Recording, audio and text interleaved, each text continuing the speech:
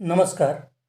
मी प्राध्यापक N D Kamble, विश्वास junior college Chikhli, तालुका शिराळा, जिल्हा सांगली. मुलांनो, इयत्ता 12वी विषय मराठीतील भाग 3 मधील कथा साहित्य प्रकार परिचय हा पाठ आपण अभ्यासत आहोत. या पाठाच्या पूर्वार्धामध्ये कथेची व्याख्या, कथेची पूर्वपीठिका, कथा वाङ्मयाचा इतिहास आणि कथेचे घटक अभ्यासले आहेत. या पाठाच्या उत्तरार्धामध्ये आपण कथेची वैशिष्ट्ये आणि सादरीकरण अभ्यासणार आहोत. मराठी कथेचे कथादालन खूप समृद्ध झालेले आहे. ते विविधतेने आणि गुणवत्तेने नटलेले आहे. त्यामुळेच मराठी कथा अनेक विविध वैशिष्ट्यांनी पूर्णपणे परिपूर्ण झालेली आपल्याला दिसून येते. कथेची वैशिष्ट्ये मांडत असताना कथा ही वाचकांचे मनोरंजन करते. कथेच्या माध्यमातून मूल्य संस्कार रुजवता येतात. म्हणजे कथा ही सुसंस्कार करण्याचे काम करत असते. त्याचबरोबर ती वाचकांची उत्कंठा वाढविण्याचे काम करीत असते. कथा ही मानवी जीवनाचा वेध घेत असते. तिचे सादरीकरण करता येते.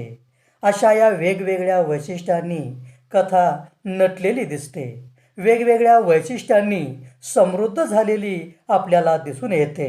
अशा या कथेची वैशिष्ट्ये आपण या ठिकाणी अभ्यासायची आहेत. त्यातील पहिलं वैशिष्ट्य म्हणजे कथा मनोरंजन करते. पूर्वीच्या काळी समाजामध्ये मनोरंजनाची साधनं नव्हती. आज जसे रेडिओ, टी व्ही, सिनेमागृहे, नाट्यगृहे, इंटरनेट यासारखी जी साधने उपलब्ध आहेत, तशी त्यावेळी नव्हती. त्यामुळे कथेचा खरा जन्म हा मनोरंजनासाठीच झालेला होता. पूर्वी दिवसभराच्या कामाचा शीण घालवण्यासाठी, कंटाळा किंवा थकवा घालवण्यासाठी कोकणामध्ये दशावतारी नाटकं चालायची, धार्मिक कथा कीर्तनं चालायची. आपल्याकडे उत्सव किंवा यात्रेच्या निमित्ताने विरंगुळा व मनोरंजनासाठी तमाशा आणि त्यातील वगामधून कथा सांगितली जायची. अगदी अलीकडे खाजगी टी व्ही मालिकेचे युग सुरू होण्याआधीपर्यंत कलापथक मेळ्यामधून कुटुंब व्यवस्थेचं, समाज जीवनाचं वास्तव दर्शन घडवणाऱ्या कथा सांगितल्या जायच्या आणि त्यातूनच लोकांचं उद्बोधनाबरोबरच मनोरंजनही व्हायचं. मनोरंजन म्हणजे मनाचं रंजन करणे. रंजन म्हणजे आनंद, उत्साह, प्रेरणा, आल्हाददायक घटना म्हणजेच रंजन. आणि मग असं मनाचं रंजन करणाऱ्या ज्या घटना आहेत, ज्या वृत्ती आहेत, त्याला मनोरंजन असं म्हटलं जातं. म्हणूनच मनोरंजन करणं हे कथेचं सर्वात पहिलं आणि सर्वात मोठं वैशिष्ट्य आहे. मराठीमध्ये सर्वाधिक वाचला जाणारा साहित्य प्रकार म्हणजे कथा. आणि कथा हा साहित्य प्रकार वाचला जातो तो मनोरंजन या त्याच्या वैशिष्ट्यामुळे. आज वृत्तपत्र, रेडिओ, टी व्ही, इंटरनेट यासारख्या माध्यमामधून कथा हा साहित्य प्रकार सादर होत असतो, वाचला जात असतो. या आधुनिक साधनामुळे, माध्यमामुळे आज कथेला महत्त्वाचं स्थान प्राप्त झालेलं आहे. लोकपरंपरेतून सुरू झालेला हा कथा साहित्य प्रकार लोककथा ते आधुनिक कथा, नवकथा, विनोदी कथा, गंभीर कथा, गूढ कथा, विचारप्रधान कथा, भावनाप्रधान कथा अशा सर्वच कथांमधून माणसांचे मनोरंजन होत आलेले आहे. मोठी माणसं लहान मुलांना कथा सांगतात. लहान मुलंही त्या कथेमध्ये रमतात. ते कथेतील मनोरंजनामुळेच. अगदी लोकसाहित्यातील कथा असेल, इसापनीतीची कथा असेल, चिवकाऊची कथा असेल, नोहाची नौका नावाची कथा असेल, चल रे भोपळ्या टुणूक टुणूक मधील म्हाताऱ्याने भोपळ्याची कथा असेल, म्हणजे अशा ह्या ज्या काही लोककथा आहेत, किंवा शंकर पाटलांची जी आधुनिक कथा वाङ्मयातील शंकर पाटलांची धिंड कथा असेल, मीटिंग कथा असेल, चि वी जोशींची गुंड्याभाऊंची दुखणे ही विनोदी कथा असेल, किंवा द मा मिराजदारांची भूताचा जन्म सारखी विनोदी कथा असेल, ह्या सगळ्या कथा ज्या आहेत त्या आपलं मनोरंजन करतात आणि आपल्याला एका वेगळ्या विश्वामध्ये घेऊन जातात. म्हणून कथेचं सगळ्यात महत्त्वाचं आणि पहिलं वैशिष्ट्य म्हणजे कथा ही मनोरंजन करते. आता कथेचं दुसरं वैशिष्ट्य आपण पाहणार आहोत. कथेचं दुसरं वैशिष्ट्य म्हणजे कथेमुळे सुसंस्कार होतात.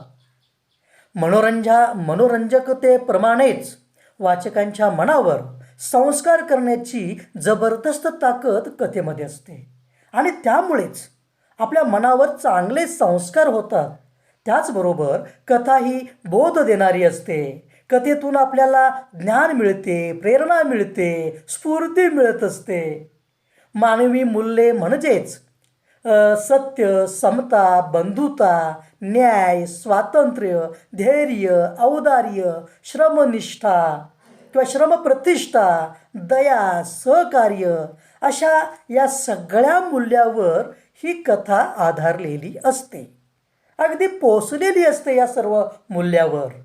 एखादी कथा आपण जेव्हा वाचतो तेव्हा त्यातून आपल्याला बोध होतो, ज्ञान मिळतं आणि मग आपल्या मनावर त्यातून आपोआपच चांगले सुसंस्कार होत जातात.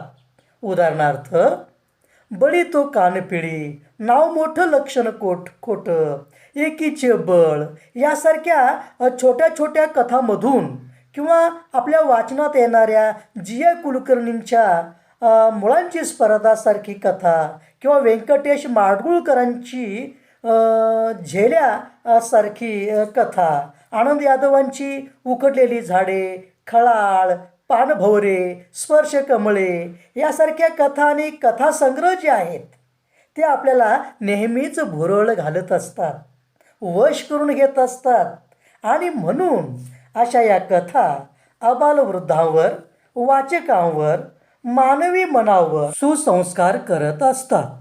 यानंतरचं तिसरं वैशिष्ट्य ते म्हणजे कथा वाचकांची उत्कंठा वाढवते. कथा वाचत असताना अनेकदा आता पुढे काय होणार अशी उत्सुकता सतत वाचकाच्या मनामध्ये निर्माण होत असते. शोध या कथेमध्ये आता 1 रुपयाच्या नोटेचा शोध घ्यायचा आहे. ती नोट हरवली आहे आणि मग पुढे काय होतं? ती नोट सापडते का? सापडेल का? ती कुणाकडे सापडेल? यासाठी आपण ती कथा एकसारखी वाचत राहतो. त्यामुळे वाचकाच्या मनात त्याबद्दलची उत्सुकता निर्माण होते. कथेतील पात्र, प्रसंग यांची गुंफण केल्यामुळे कथेतील कथानक हे वाचकाला खिळवून ठेवते. या सगळ्यामधून ती कथा बांधली जाते आणि मग शेवटी त्या कथेचा जो उच्च बिंदू आहे किंवा जो उत्कर्ष बिंदू आहे तो या ठिकाणी आपोआपच साधला जातो आणि म्हणूनच ती कथा वेगाने वेगवेगळी वळणे घेत नाट्यमयरित्या वेगवेगळ्या अंगाने पुढे जात राहते आणि मग उत्सुकतेचा शेवट होतो आणि म्हणूनच कथा ही वाचकाची उत्कंठा वाढविण्याचे काम करते. आता पुढे काय होणार या उत्सुकतेपोटी किंवा उत्कंठापोटी वाचक ती कथा शेवटपर्यंत वाचत राहतो. या कथेचं चौथं वैशिष्ट्य आहे ते म्हणजे कथा एककेंद्री असते. नाटक किंवा कादंबरी ही बहुकेंद्री असतात, म्हणजे त्यातली पात्रे जास्त असतात, प्रसंग वेगवेगळ्या ठिकाणी घडत असतात, त्यामुळे ती बहुकेंद्री होतात. परंतु कथेच्या बाबतीत मात्र तसे घडत नाही, कारण कथेच्या पात्रांची संख्या ही मुळातच कमी असते, प्रसंग कमी घडलेले असतात, पात्रे, वातावरण मर्यादित असते, ती पसरट नसते, तिचे स्वरूप स्फुट असते, छोटे असते. इतर जे साहित्य प्रकार आहेत त्यामध्ये कथा ही लहान असते, म्हणून तिला एककेंद्री असं म्हटलेलं आहे. पुढचं वैशिष्ट्य आहे 5व्या क्रमांकाचं, कथा भूतकाळात लिहिली जाते. सर्वसाधारणपणे कथा ही भूतकाळात लिहिली जाते, कारण कथेमध्ये होऊन गेलेल्या घटनाविषयीचे निवेदन आलेले असते. कथा ही घडून गेलेल्या ज्या घटना आहेत त्या घटनांचे विवेचन करते. उदाहरणार्थ, एक वृद्ध म्हातारी होती. बऱ्याच दिवसांनी ती लेकीच्या गावी जाते. गावी जाताना वाटेत जंगल लागतं. जंगलात हिंस्र प्राणी होते. हे प्राणी तिला क्रमाक्रमाने खायला येतात. तेव्हा त्या सर्वांना ती आश्वासन देते. म्हातारी लेकीच्या गावी पोहोचते. काही दिवस राहते. गोडधोड खाते. धष्टपुष्ट होते आणि पुन्हा या जंगलातून परत आपल्या गावी येताना तिला हे सर्व हिंस्र प्राणी क्रमाक्रमाने भेटतात. या सर्व प्राण्यांना ती चकवा देते. ती वेगाने पळत आपल्या गावी येते. अशा ह्या ज्या कथा आहेत त्या भूतकाळात घडून गेलेल्या असतात. आणि मग त्यावेळची जी हकीकत आहे किंवा त्यावेळचे घटना प्रसंग जे आहेत ते घडून गेलेले असतात. त्यामुळे कथालेखनासाठी भूतकाळातील निवेदन शैली वापरली जाते. कथेच्या माध्यमातून जीवनाचा वेध घेतला जातो असं हे 6वं वैशिष्ट्य आहे. त्यामध्ये बघा, कथा ही मानवी जीवनाचा वेध घेते आणि कारण ती जीवनस्पर्शी असते. अशी ही जी कथा मानवी जीवनाला किंवा कथेतल्या ज्या भावभावना आहेत, प्रसंग आहेत त्या सर्वांना स्पर्श करणारी असते. आपण एखादी कथा वाचली तर ती कथा आपल्या आजूबाजूला कुठेतरी घडते आहे. त्यातले काही प्रसंग आपण आपल्या आयुष्यात अनुभवलेले आहेत. आपल्या जीवनप्रवासात ते प्रसंग कधीतरी घडून गेलेले आहेत. हे सगळे जे अनुभव आहेत ते आपल्याला कथा वाचताना जाणवत असतात. ते अनुभव आपल्याला कथा वाचनामध्ये येत असतात. आणि म्हणूनच कथेच्या माध्यमातून आपल्याला जीवनाचा वेध घेता येतो. मग त्या कथेमध्ये असणारी एखादी राजाराणी असो किंवा टॅक्सी ड्रायव्हर असो, नर्स असो, समाजसेवक असो, शेतकरी असो किंवा लाकूड तोड्याची एखादी गोष्ट असेल, अशा कथामधील ज्या व्यक्ती आहेत त्या व्यक्तींच्या आयुष्यात घडणाऱ्या ज्या घटना आहेत त्या घटनांचा वेध हा कथेमधून घेतला जातो. म्हणून जीवनातील एखादाही विषय त्या कथेतून टाळता येत नाही. जीवनातील हे जे विविध विषय आहेत ते प्रत्येकाच्या आयुष्यामध्ये कुठे ना कुठे घडत असतातच. अशा या व्यक्ती, घटना, प्रसंग घेऊन कथा लिहिली जाते. आणि म्हणून या कथेचं जे 6वं वैशिष्ट्य आहे, कथेच्या माध्यमातून जीवनाचा वेध घेणे, हे सुद्धा अत्यंत महत्त्वाचं आहे. त्यानंतर कथेचं 7वं वैशिष्ट्य आहे, श्रवणीयतेमुळे कथेचे सादरीकरण करता येते. आता सादरीकरण म्हणजे सादर केले जाणे, सांगणे, कथन करणे. कथा ही सादर केली जाते. त्याचबरोबर कथा ही श्रवण करता येते. आपल्याला ती ऐकता येते. विविध कथांच्या श्रवणीयतेमुळेच आपले बालपण समृद्ध झालेले आहे. कारण लहानपणी आपले आई वडील, आपले आजी आजोबांनी अनेक गोष्टी ऐकवून आपल्या मनावर चांगले संस्कार केलेले असतात.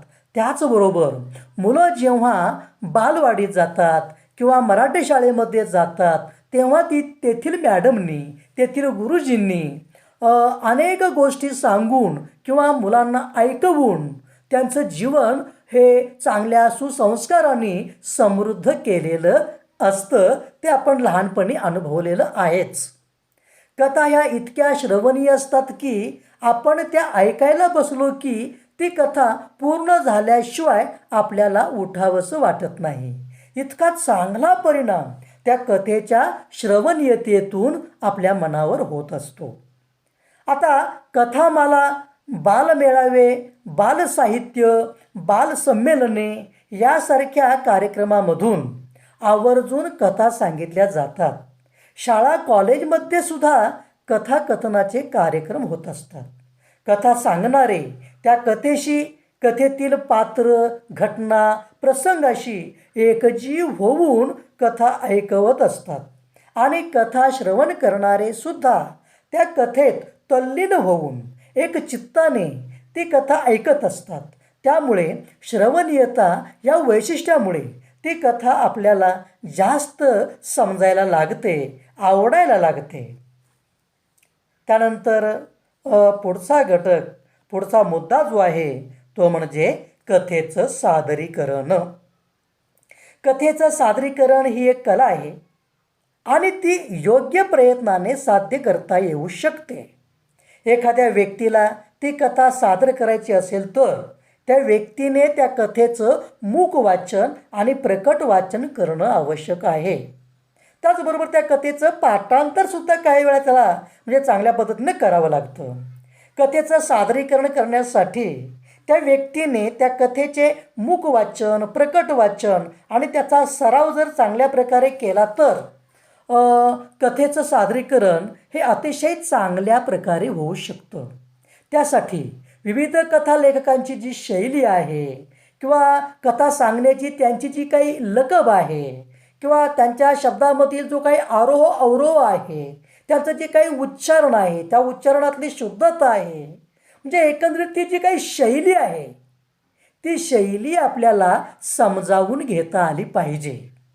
मराठी कथा वाङ्मयामध्ये प्रादेशिक कथा आहेत, ग्रामीण कथा आहेत, स्त्री जीवनावरील कथा आहेत, दलित कथा आहेत, बालकथा आहेत, अद्भुत कथा आहेत, विनोदी कथा आहेत, विज्ञान कथा आहेत. या सर्व कथा प्रकारातील प्रत्येकाची वैशिष्ट्ये ही वेगळी आहेत. म्हणजे प्रत्येक लेखक वेगवेगळ्या पद्धतीने या कथा लिहित असतो. अशा या विविध प्रकारच्या कथांमधील शैलीचा आपल्याला अभ्यास करता आला पाहिजे. त्यासाठी आपल्याला भाषेची चांगली जाण असणं गरजेचं आहे. ही कौशल्य जर आपल्याला प्राप्त झाली तर आपल्या कथेचं सादरीकरण हे अत्यंत चांगल्या प्रकारे होऊ शकतं. चांगल्या प्रकारे आपण ते कथाकथन किंवा ती कथा वटवू शकतो. आज अभिवादनाचं, कथाकथनाचं चांगलं व्यावसायिक क्षेत्र निर्माण झालेलं आहे. असं हे व्यावसायिक क्षेत्र उभं करण्यासाठी आपल्याला भाषेचा अभ्यास करणं आवश्यक आहे. या सर्व अभ्यासातून आपल्याला कथाकथनाची कला अवगत करून घेता आली पाहिजे आणि या कथाकथनातून आपल्याला एक वेगळं नाव कमवता येतं आणि त्याचबरोबर पैसासुद्धा मिळविता येतो. यासाठी आज कथाकथनाचे आणि अभिवाचनाचे कार्यक्रम हे आयोजित केले जातात. हे जे कार्यक्रम आहेत ते आपल्याला आकाशवाणी आणि दूरदर्शनच्या माध्यमातून सादर करता येतात. ते लोकांच्यापर्यंत पोचविता येतात. त्यासाठी सादरीकरण कला आत्मसात करणं गरजेचं आहे. अभिवाचन आणि कथाकथन अशी ही जी सादरीकरणाची दोन तंत्रे आहेत ती आता आपण या ठिकाणी समजून घेणार आहोत. त्यातील पहिलं तंत्र आहे ते म्हणजे अभिवाचन. अभिवाचन आणि कथाकथन या दोन्ही तंत्रामध्ये फरक आहे आणि तो नेमका फरक काय आहे ते या ठिकाणी प्रथम आपण समजून घेणं गरजेचं आहे. अभिवाचन हे मंचावर बसून हातात लिखित साहित्य घेऊन कमी देहबोलीचा वापर करून फक्त वाचित अभिनय सादर करून करावं लागतं. परंतु कथाकथनामध्ये मात्र आपल्याला कुठलाही लिखित कागद जो आहे तो कागद न घेता स्वतःची जी भाषिक कौशल्य आहेत आणि अभिनय कौशल्य जी आहेत त्याद्वारे व्यासपीठावर किंवा रंगमंचावर उभं राहून आपल्याला कथाकथन करता येतं. हा अभिवाचन आणि कथाकथनामधला फरक आहे.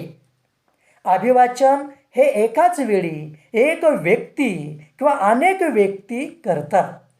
कथेचे अभिवाचन जर एकाच वेळी अनेक व्यक्तींच्या माध्यमातून केलं तर आवाजातला जो एकसुरीपणा आहे तो या ठिकाणी आपल्याला टाळता येतो. संवादातील चढ उतार, चटपटीतपणा, शब्द फेक यामुळे श्रोत्यांना कथा श्रवणाचा आनंद देता येतो. अभिनयाची कौशल्ये जी आहेत त्यामध्ये घटना, प्रसंग, व्यक्तिरेखा यांचे आकलन होण्यास मदत होते. कथाकथनाला, अभिवाचनाला जर पार्श्वसंगीताची आणि प्रकाश योजनेची त्याचबरोबर नेपथ्याची जर जोड मिळाली तर ते अभिवाचन ऐकल्यावर किंवा श्रोत्यावर त्याचा चांगला परिणाम होऊ शकतो. म्हणजे ऐकणाऱ्यावर आणि श्रोत्यावर त्याचा अतिशय चांगल्या प्रकारे परिणाम होऊ शकतो आणि ती कथा जी आहे ती दीर्घकाळ श्रोत्यांच्या स्मरणात देखील राहण्यास मदत होते. त्यानंतर कथेचं दुसरं आणि शेवटचं तंत्र आहे ते म्हणजे कथाकथन. कथाकथनास अभिनयाची चांगली आणि योग्य जोड दिल्यास कथाकथन हे उठावदार होते आणि म्हणूनच कथाकथन करणारी जी व्यक्ती आहे त्या व्यक्तीला भाषेवरील प्रभुत्वाबरोबरच वाचिक अभिनय आला पाहिजे, कारण त्याला रंगमंचाचा वापर करता येतो. त्यामुळे वाचिक अभिनय आणि त्याची देहबोली या दोन्हींचा वापर करून त्याला कथाकथन चांगल्या पद्धतीनं करता येतं. कथाकथन सादर करत असताना त्याच्या हाती कुठलंही लिखित साहित्य नसतं. त्यामुळे त्याला स्वतःच्या अभिनय वाचिक कौशल्याद्वारे समोरच्या श्रोत्यांना प्रभावित करता येतं. शब्दांच्या माध्यमातून त्याला श्रोत्यांशी सहज संवाद साधता येतो. लेखकाच्या मूळ संहितेला कुठेही धक्का न लावता कथाकथनाला अभिनयाची जोड देऊन कथाकथन केले तर ते अधिक उठावदार आणि प्रभावीसुद्धा ठरू शकतं. कथाकथन करण्यासाठी कथाकाराला वेळेनुसार कथा ठरवावी लागते. त्याचबरोबर कथा जिथे सादर करायची आहे तिथल्या विषयानुसार कथा निवड करणे आवश्यक आहे. निवडलेली कथा त्या वेळेत बसवणे गरजेचे आहे आणि ती कथा वेळेत बसत नसेल तर कथेच्या आशयाला बाधा न येता त्या कथेतला काही भाग वगळणंसुद्धा गरजेचं आहे. कथाकथन करत असताना कथाकाराला समोरचा प्रेक्षक कोण आहे, कोणत्या वयाचा आहे, कोणत्या लिंगाचा आहे, म्हणजे स्त्री आहे का पुरुष वर्ग आहे याचीही दक्षता घ्यावी लागते. कथेनुसार आवाज, आरोह अवरोह सांभाळावा लागतो.